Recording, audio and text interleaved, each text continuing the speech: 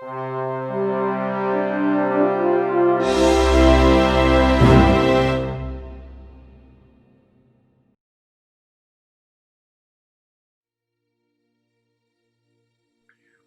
to the Ad Astra podcast.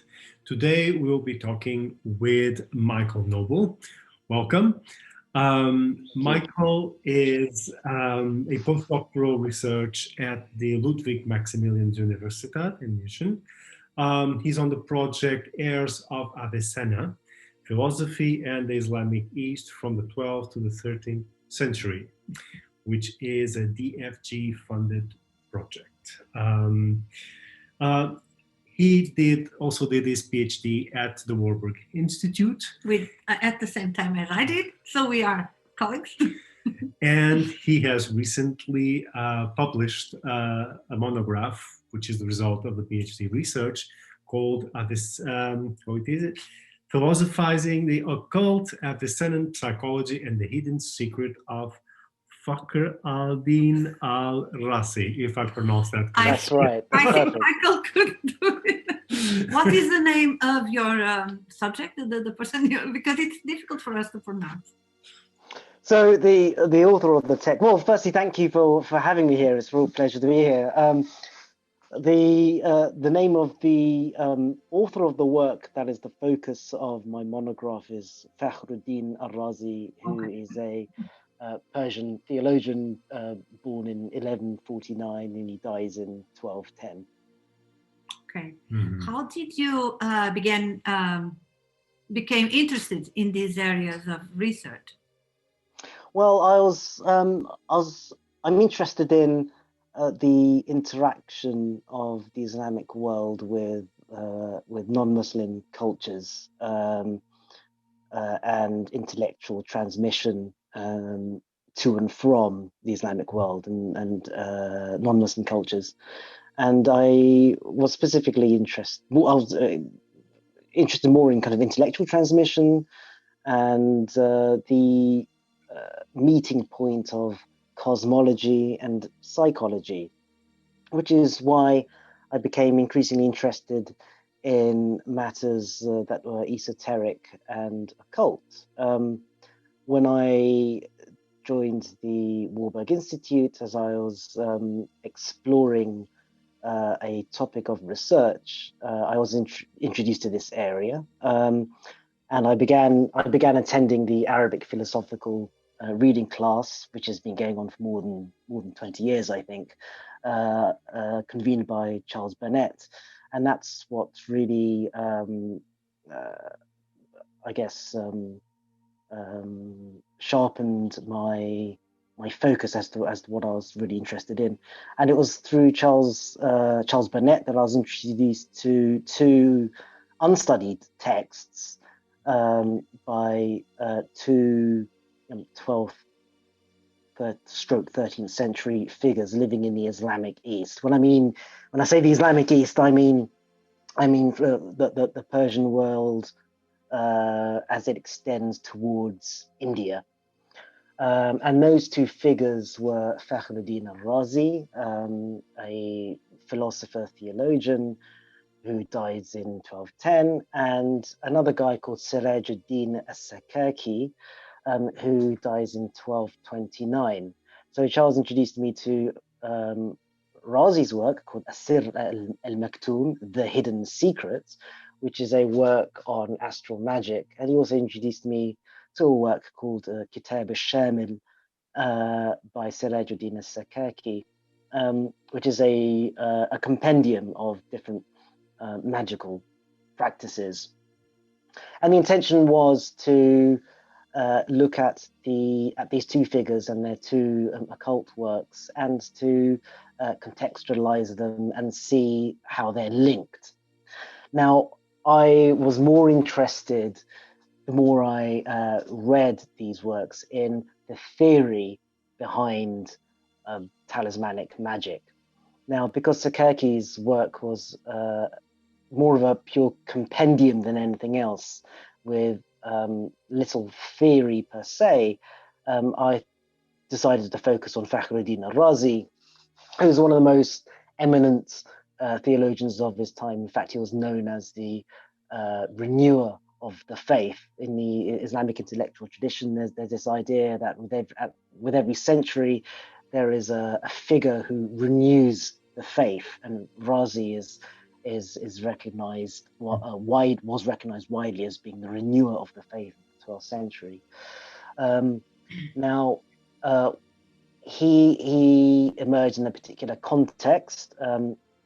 He was a theologian of the what's called the Ash'ari school, a school of rational theology, which used logic and discursive reasoning to defend the verities of the faith. And his main threat, or perceived threat, to this school of theology was the Falsafa, or philosophy, of Avicenna, who died in 1037. And Razi spent most of his career engaging with the works of Avicenna, critiquing it, criticizing his arguments, adopting some, refining some, and subordinating others to the imperatives of what he believed were verities of the faith which could admit of no compromise. So what's interesting, and he was one of the most prolific of all writers in Islamic intellectual history. What's interesting is that he wrote this work on talismanic magic very early on in his career. So no kind of around about the time of 1179, 1180. So he must have been around about kind of 30 years old when he wrote it. And it's includes very lengthy descriptions of how talismans are made, and from various sources. But what attracted my interest was that he himself used Avicennan cosmology and psychology in order to construct a scientific theory as to how talismanic magic actually works. So for Razi, it was a reality. It was neither mere delusion on the part of its practitioners, and nor did it represent for him manipulation by lower spirits, the jinn of a sublunary world. It was a science which was rooted in empirical observation, data accumulated over generations, stretching back eons. It was based on analogical reasoning and also personal revelation. So I became interested in, well, why would he be interested in constructing such a scientific theory? Now, when scholars look at Islamic occult texts or esoteric texts, often they pose the question, well, is the author pro-occultist or is he anti-occultist? Which is it's a useful question to pose, but with Razi, it's clear that you need to pose a further question, which is this: well, if he's interested in this science, but he's not an occultist himself, and I believe that's the case. He didn't advocate this the practice of this science actively. Why would he be interested in it at all? And as I argue in my monograph, for him it was a real science that demanded a scientific account, and since it mapped onto reality, how could it be accounted for in such a way that it could be brought into harmony with his overarching theology? So it demanded an explanation, and one which merely didn't marginalize it and dismiss it as being pure fantasy or the manipulation of lower spirits. He demanded an account that was scientific, but which could nevertheless be harmonized with the overarching principles of his theology. Now, for him, as I argue in the monograph, it was his engagement with this science played a crucial role in his formulation of his late prophetology. So he's an Islamic theologian, right? Part of an Islamic theologian's job is to bring into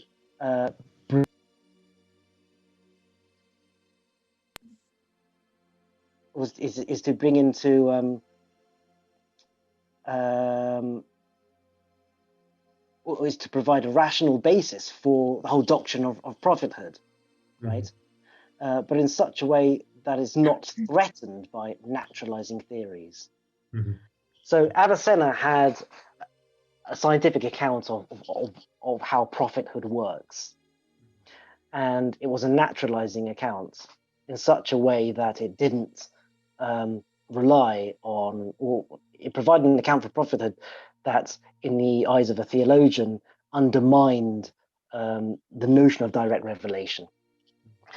Now, Rāzī critiqued Avicenna's theory of prophethood and attempted to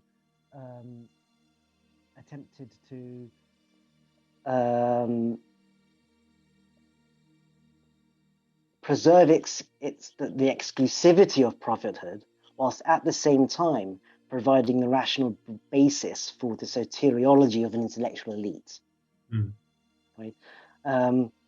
So now that sounds all incredibly abstract. So getting into the details of talismans and astrology. So why talismans and astrology? Why are they important? And what relevance do they have for prophetology and soteriology? Okay, so Rāzī defines the talisman in the following way.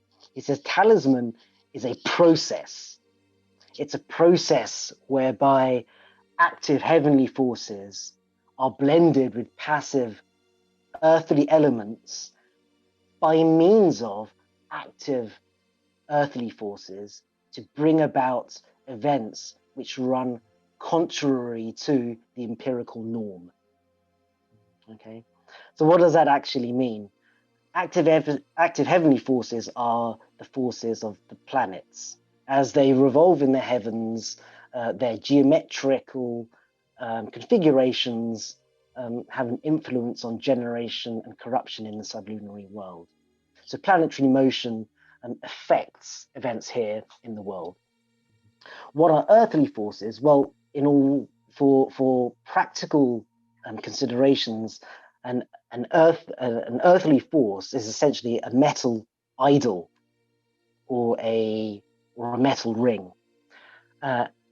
Into this metal idol, the power of the practitioner's soul, by establishing a noetic connection with a particular planet or planets, can draw down their influence and spirits into a talisman and thereby bring about an event which runs contrary to habit or to the empirical norm, in Arabic, ada.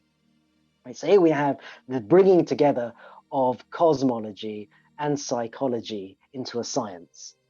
So knowledge of astrology is important to have knowledge of when is the appropriate time to cast this talismanic idol, but also knowledge of psychology, the balances of the soul, how to discipline the soul in order to bring about sharp, one fixed meditative focus on a particular planet. That's also necessary in order to explain how these powers can be drawn down into a talisman in order to bring out the desired effect. So what's the point of all of this? So in his introduction to Asil al-Maktoum, he says this science is necessary, well, not necessary. He says it represents the ability of the human soul to transcend its corporeal reality and to act in ways in this world which are superior, which are spiritual, namely using the spiritual realm of the celestial spheres to act here on the earth, and it represents the perfection of human knowledge. and that's how he presents this this science.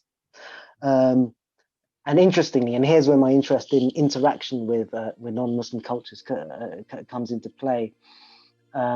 He brings in the science, the Indian sciences of the soul, in order to account for how the soul can attain that meditative focus on a particular planet to bring down the influences into a talisman. Mm-hmm. Now, broadly speaking, so what are his sources? What is he relying on? Right? He uses a number of occult works. For instance, he relies on Ibn Wahshiyya, and a much earlier author writing on Islamic occultism. He relies on this, what's called the Pseudo-Aristotelian Hermetica. He relies on possibly the Kitab al-Istimachis. And he attributes this science to a group called the Sabia, the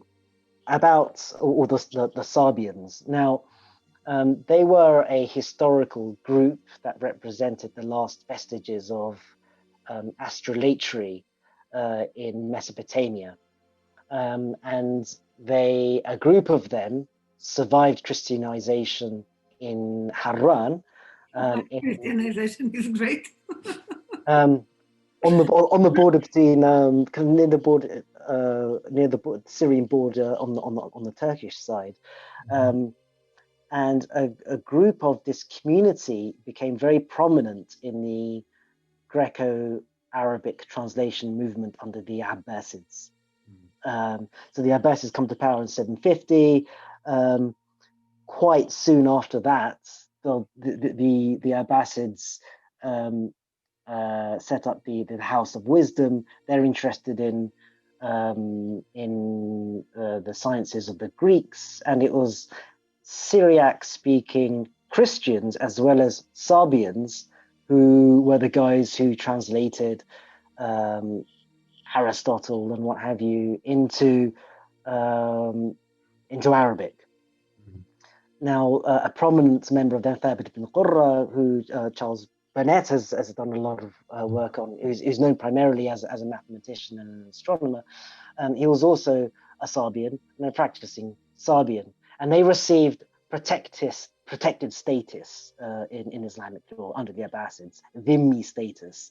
So people of the book, Jews, Christians, and Sabians, were given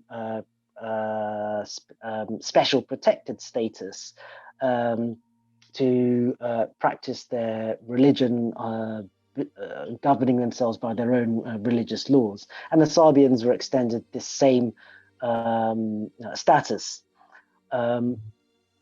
mainly because, it has been argued, a lot of them were prominent scholars, and the Abbasids were hungry for scholarship. Now, some of the texts that were transmitted were, but by attributed to Thabit, were books on talismans, and Thabit again is another figure that features prominently in Rāzī's work. So I've just described to you his description of talismans as a process, the process whereby the human soul blends celestial forces into a metal idol or a metal ring. But it also had a very specific reference to the metal object into which these celestial forces were blended. So I guess I should back up just a bit. So the Sabians, by the time Rāzī is writing, whilst retaining reference to the specific Sabian group of astrologers originating in Harran, as a category, they became expanded to referring to any culture, any learned pagan culture that was steeped in astrology, and used idols in their astrolatrous worship. So it came to also to refer to ancient Greeks, ancient Babylonians, ancient Chinese, and significantly for Rāzī, Indians too. And so this is how he can incorporate what he was writing about India into his configuration of the Sabian talismanic science. And that's a very long, rambling account. So no, it's very interesting, and it gives the context. I have lots of questions, but I'll try to make them in context also. One of the things that you said is that Rāzī was trying to avoid what he calls the manipulation of lower spirits, because his goal was the elevation of the transcendence of human nature, and to make the forces of the planets work on the terrestrial realm. But how the way this is done, and I'm thinking of our previous conversations in London, there is this capacity of human will. I think you call it the estimative quality. The estimate, you're referring to the estimative faculty, yeah. Faculty, okay. Where, isn't it? Yeah, that's right. And is that the force that brings everything together? Well, the human will bring everything together, because this only happens if someone wants it to happen and takes the proper steps to do it. But is there a specific quality that makes this happen? And then I will ask you, what kinds of qualities does the person has to have to make this happen? So okay. Well, I'm going to have to give you a lot of context for Wahham. So the Wahham, or the estimative faculty, was an innovation of Avicennan psychology. Oh, I see. It was an internal sense in the Avicennan construction, and it plays a crucial role in his theory of prophethood. So let me just give you the broader picture of his theory of prophethood, and then we can zoom in on his internal sense faculty psychology to see how it relates to his theory of prophethood. So for Avicenna, there were three categories of prophethood. There was philosophical prophethood, imaginational prophethood, and thaumaturgical prophethood.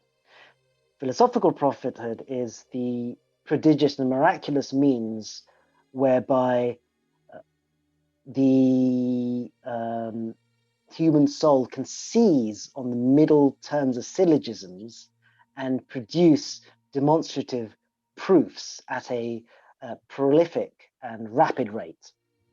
So such a person possessed of this quality can philosophize and come up with demonstrations, apodictic demonstrations, demonstrations or proofs that yield philosophical certainty. He can do this at a rapid and prolific rate. And he referred to it by the Arabic word as hads, this philosophical intuition. And kind of like the way in which, say, in the modern imagination, we would imagine a kind of a mathematics kind of genius, kind of rapidly kind of constructing proofs. So imaginational prophethood was very different for Avicenna. Now, imaginational prophethood was the means by which the human soul established noetic connection with the celestial souls and could receive from them what he calls a trace, an ether, in other passages in Arabic, a manner or an intention or meaning, which he receives from a particular celestial sphere. And once received, the imagination sets about clothing it in symbols familiar to the subject's cultural experience and his memories, to produce either a vision experience or a veridical dream. Now, this veridical dream or vision contains knowledge data, which coming from the unseen can either predict the future or yield you knowledge that cannot be gained through normal discursive or cogitative process, or things which are not amenable to the physical external senses. So knowledge of, for instance, buried treasure, knowledge of, say, an impending war or an impending earthquake. Now, it exists, imaginational prophethood exists on a continuum. So for Avicenna, part of his understanding of imaginational prophethood is the veridical dream. Now he says that basing his argument on the sheer weight of anecdotal evidence that so many people have veridical dreams, Avicenna said, well, this demands a scientific account, right? How do you account for this? Because so weighty is the anecdotal evidence that it really needs an explanation. And so he relied on this idea of connecting with the celestial spheres to explain how you get knowledge of future events. So why would the celestial spheres have knowledge of future events? Well, for Avicenna, the celestial spheres determine sublunary change. Mm-hmm. And they are also cognizant of the effects in the sublunary world of their motions. Therefore, they have knowledge of future events. And such knowledge can be disclosed to the human subject by way of veridical dreams and visions. So this exists on a continuum from, say, the normal person who receives a veridical dream to the intensity of a prophet who receives waking visions. He doesn't have to rely on sleep in order to be receptive to this kind of data. So that's the second category of prophethood in the Avicennan framework. Now the third is thaumaturgy, the ability of the human soul to directly, in the same way that the human soul can affect its own body, right? So if you're angry, you become hot, your blood pressure raises. If you're in a state of fear or terror, your limbs lose their strength, right? So the soul has a direct effect on the body. Reasoning from this, a soul can also affect bodies external to it, right? In a way that's analogous to a magnet, right? And by extension, you can have a soul so powerful that it can affect bodies at a distance. Now, this was Avicenna's account for al-Ain in Arabic, or the evil eye, or Ain Hara in Hebrew, right? Literally the bad eye. Right. The unconscious effect of an individual through envy, the unconscious effect on something else, on someone's good fortune, for instance, right? But it was also his account for the ability of the sahir, or the sorcerer, to affect extramental reality, extramental kind of bodily, corporeal reality. But also it accounted for the ability of a prophet to perform miracles, and the ability of saints to perform their prodigies. What distinguishes the sorcerer from a prophet or a saint is moral. It's purely moral. That's it. That's the only difference. Now, this ability. So those are the three categories: philosophical, imaginational, thaumaturgical. What's shared by imaginational and thaumaturgical, so the second and the third of those categories, is the estimative faculty, right? It's this mysterious internal sense faculty that can somehow mediate between the celestial world and the corporeal existence of the human subject, and the corporeal world outside of the human subject. So Rāzī takes this Avicennan internal sense faculty and makes it the cornerstone of his account of the talismanic science. So to put the Wahm into context, there are 5 internal senses, right? The common sense, al-Hiss al-Mushtarak, which receives percepts from the outside world, objects of perception, sound, taste, color, and what have you, and it integrates them into a unified experience of extramental reality. Now, memories of these experiences are then conveyed to a particular storage faculty, and it's a storage faculty for physical sense perception, right? But there's another kind of percept that you can receive from the outside world. Now, Avicenna called this the mana, or the intention, right? And now the intention exists midway between physical percepts and philosophical universals, abstractions, right? It's hard. So it's not essentially material, but nevertheless can inhere in a material object. And the famous example he gives for this is the hostility that the sheep perceives from a wolf, or the predatory intent of a wolf, even though the sheep has never encountered a wolf before. So it sees the wolf's bared teeth, it sees its tensed muscles, right? But it also perceives something that's distinct from these physical experiences. It perceives a manner or intent, its predatorial intent, and that's something that's distinct, right? So it's epistemologically discrete, and it receives that from by means of another sense faculty. Now that sense faculty is called the wahm, or the estimative faculty. So it perceives something that's completely different from physical reality. It perceives these intentions, and these intentions are then stored into a separate memory faculty, but by virtue of the fact that they are entirely different from physical percepts, they require a different memory store.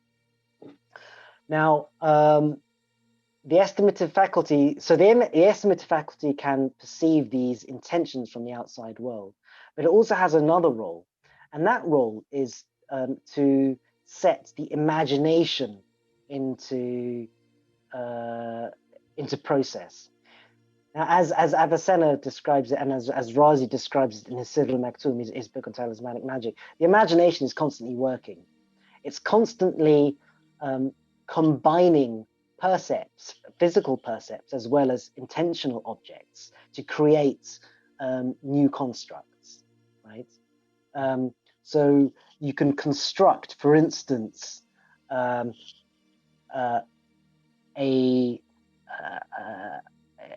image of a ghoul, or of a phoenix, and invest that with a certain emotional or intentional quality, right? So such that you fear the ghoul. So you don't just see the ghoul in your imagination, but you've invested it with something that makes you frightened, right? So the imagination is constantly at work, and but it can't. But it works in a way that's blind.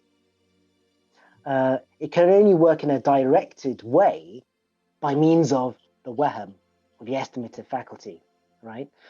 And so this estimative faculty acts as a kind of intelligence, and it's an intelligence for the animal soul, right? So sheep have it, wolves have it, and humans have it. What distinguishes humans from animals is the fact that they have an immaterial rational soul, or the intellect, right? Which doesn't have a physical substrate like all these other kind of internal senses, which have a physical substrate in the brain. So Rāzī takes this estimative faculty and theorizes that it can be trained by using ritual and the sense percepts that arise from ritual, such as the burning of incense, the eating of certain ritual foods, wearing certain clothes, particular astrological timing, in order to bring focus to the estimative faculty, such that it can establish a stabilized connection with a particular celestial sphere. Once that is established, it becomes receptive to these intentions from that celestial sphere, and it can draw down its powers into a talisman and thereby bring about the effect that's desired. Now, I should point out that there are two kinds of talismanic process that are described by Razi, right? So one, you got the talismanic idol, which we've just been discussing, which I've just told you about. But there's another talismanic process which he describes, which doesn't involve any idol at all whatsoever, right? It's a 7-stage process whereby the human operator, dressing in a certain way, observing ritual diets, fasting, and what have you, successfully invokes the souls of the spirits of each of the planetary spheres in the Ptolemaic order, and they each so the ritual for the moon lasts 13 months. The ritual for Venus, for instance, or Mercury, lasts, I can't remember how long. Mercury lasts for, say, 3 days and 3 nights. I think the sun is 2 years, if I remember correctly. Details aside,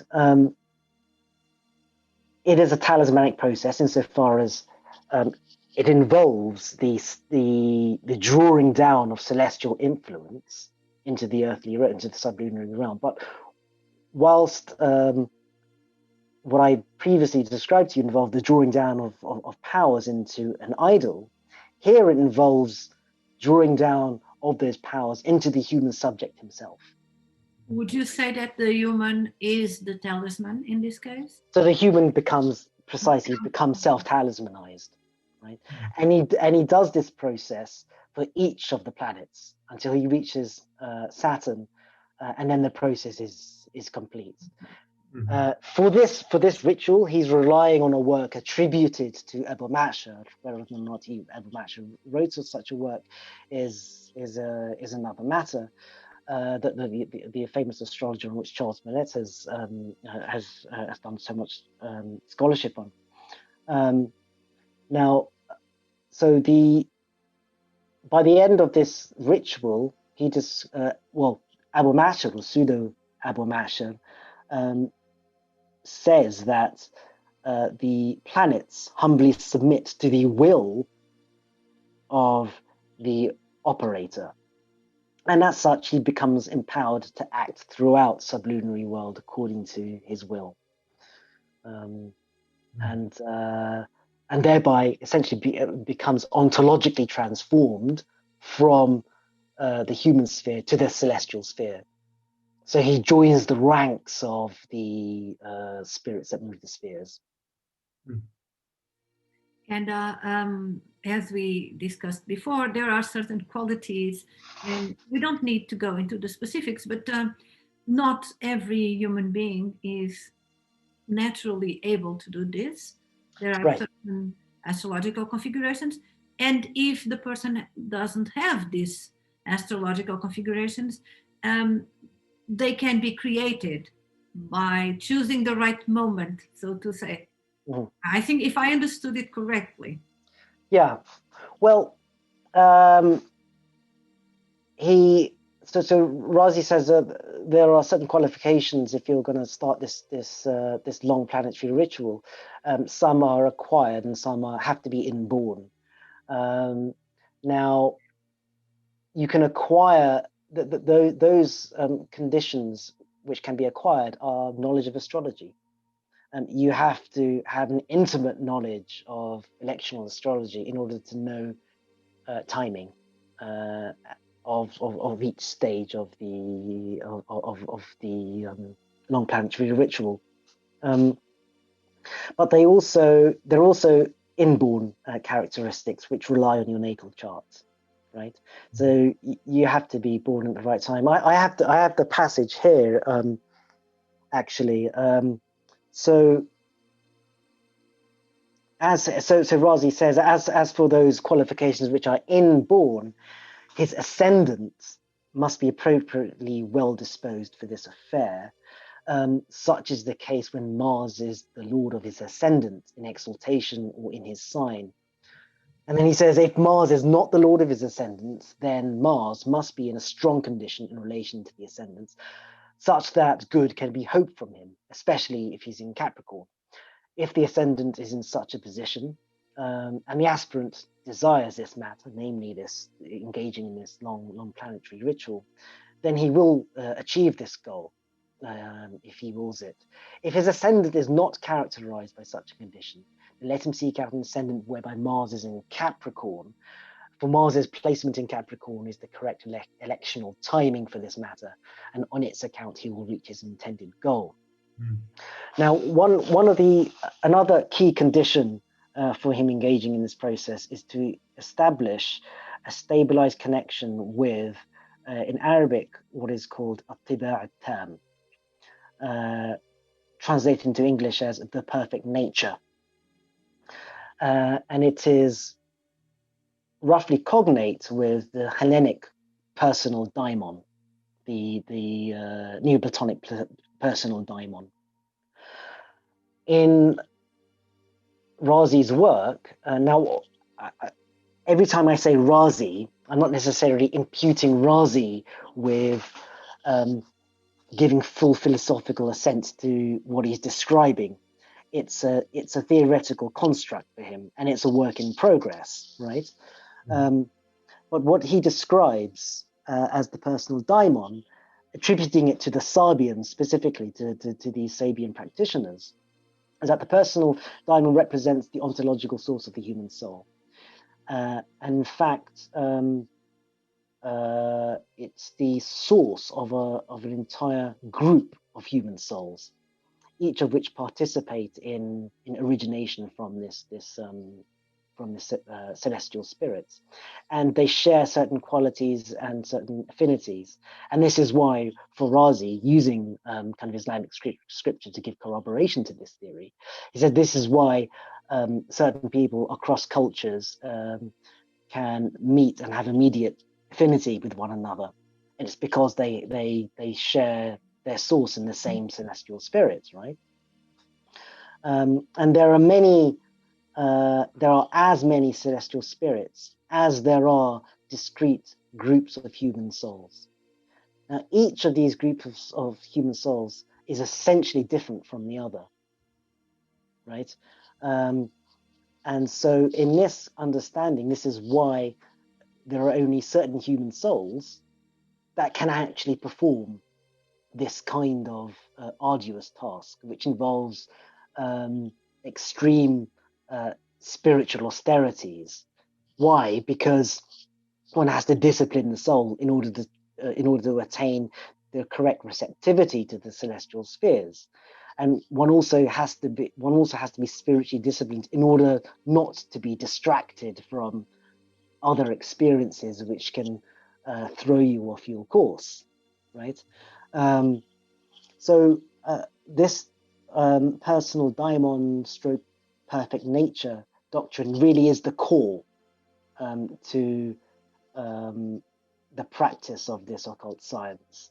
To perform it successfully, one needs to have a stabilized condition with it. I mean, and you can do that by firstly identifying which heavenly body that celestial spirit is associated with. Razi is a bit unclear as to whether or not he means, I mean, it could be a planet, it could be one of the stars of the fixed stars, right?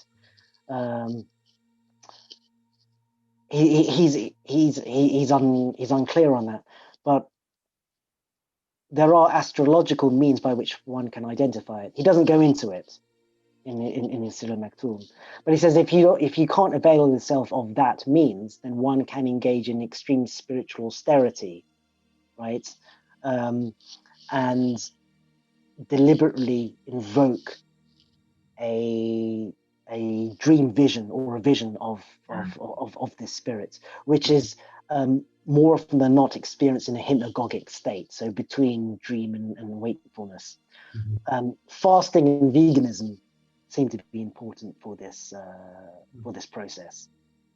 I suppose in astrological language, it would be what we call the al-Mutum, which is also a derivative from an Arabic word, the winner. And it's not necessarily the strongest planet in the horoscope.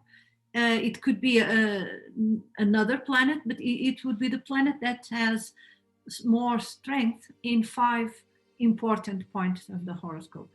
The degree of the sun, degree of the moon, degree of the ascendant, degree of the lot of fortune, which derives from the 3 other points, and the degree of the syzygy, the lunation preceding birth. So this would be, I think that's what he means. The al-Mutum would be the planet that rules over these 5 points, and it's probably the personal diamond, and it connects with all this. Mm-hmm. So if the person knows the horoscope, because not everybody would know their horoscope back then, it would be possible to calculate this al-Mutum or this diamond or this spirit guide, if you want. So that would be one of the roles of the horoscope, to provide this information. The other thing that you said, and it's very, very interesting, well, everything is interesting, but is that the spirit has to be focused on the goal. And from our previous conversations that we had, the rituals for for each planet are like designed like a test. For instance, Venus, you will have all sorts of physical pleasure and sexual pleasure. Therefore, you can just lose yourself in this level and never move to the other, and so on. And in Mars, there will be war and violence and killing.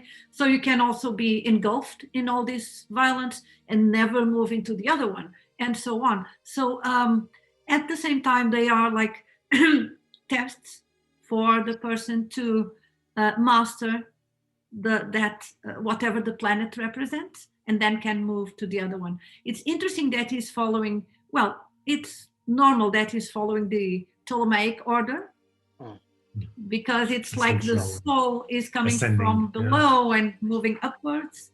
Yeah. And it's free. Mm-hmm. It doesn't say what happens when the person transcends all this mortal. Well,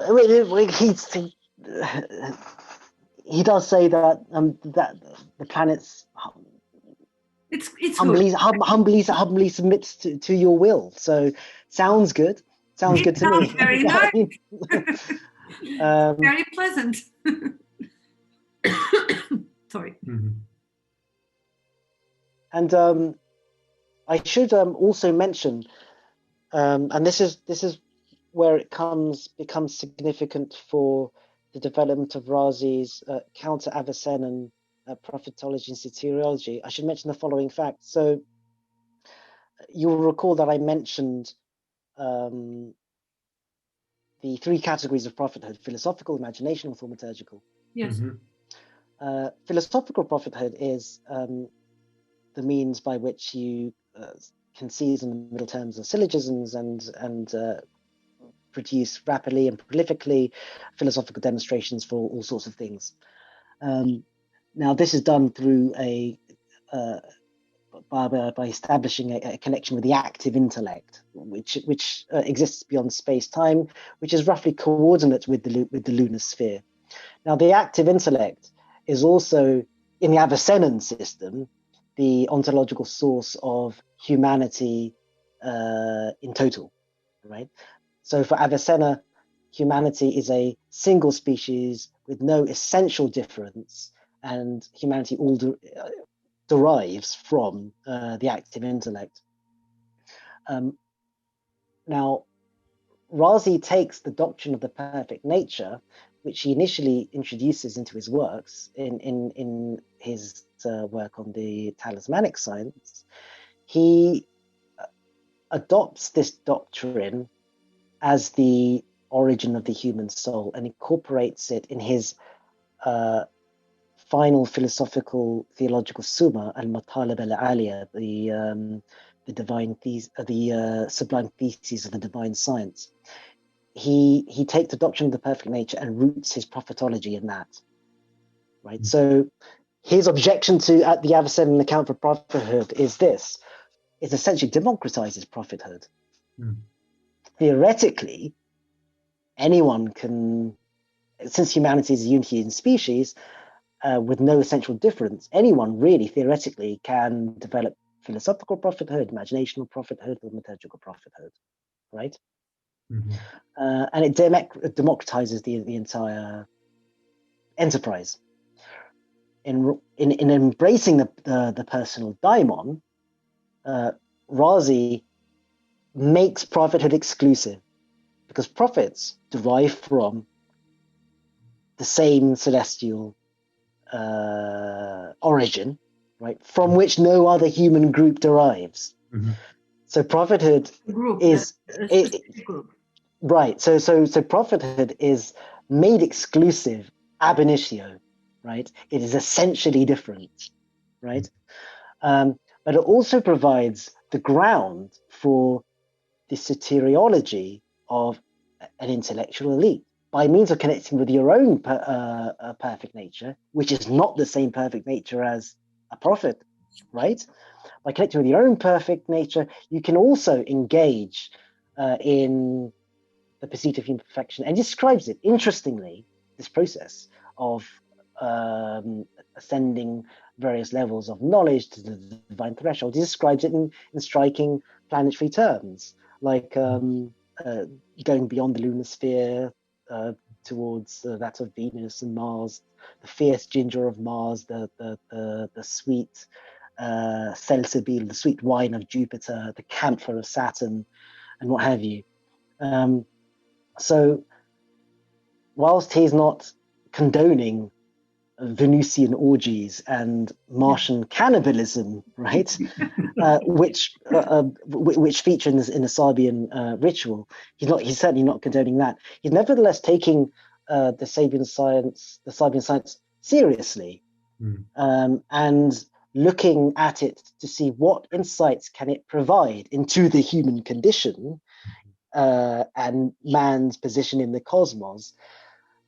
What insights it can provide to a new soteriology, which can provide a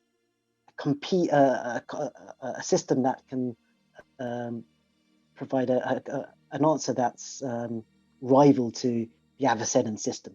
Mm-hmm.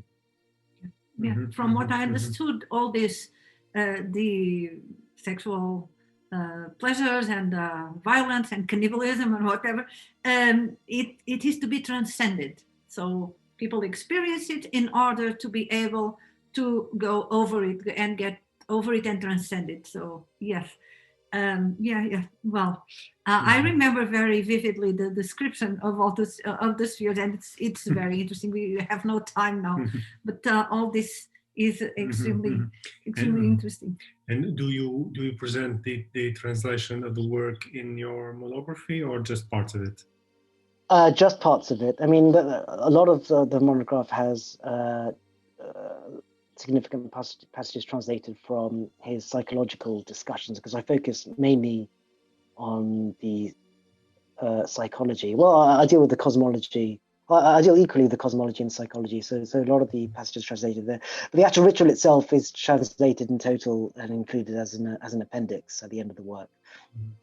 So if anyone wants to find more about the Venusian and Martian stages, and they can just all the other ones are also interesting, not just this. When will the book be available for the public? It's available now. It's available now. Oh, okay, good. On Amazon? It's available on Amazon, but at a prohibitive price for most. I fear, but that's academic publishing for you. Yeah, it's yeah, really. Well, we'll put the link in the description of the video, yes, so that whoever's interested might have access to your work. And what are your future projects now? My future projects, well, currently I'm working on, as you mentioned, the reception of Avicenna's philosophy in the eastern half of the Islamic world in Munich under Peter Adamson. I'm interested in bringing closer analysis to how these cognitive processes serve the process of science.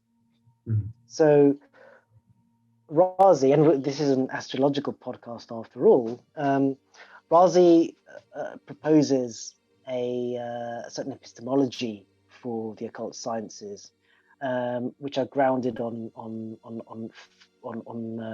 which rest on four pillars. One is empiricism. The second is tradition, by which he means the accumulated data of generations of empirical observation. Analogical reasoning, mm-hmm. So reasoning between, say, planetary bodies and what can we infer from that, and also personal revelation, right? So intuitions that you can receive that can serve to construct a certain hypothesis that can then be tested using empirical observation. So I want to explore more about that. And what's fascinating about his exploration of the occult science is that it really is the meeting point between what we moderns understand as science, and philosophy and imagination, mm-hmm. Poetry, rhetoric, art. So it's understanding those cognitive processes in a much more nuanced way, mm-hmm. and to understand how science can be conducted in such a framework. Mm-hmm. Mm-hmm.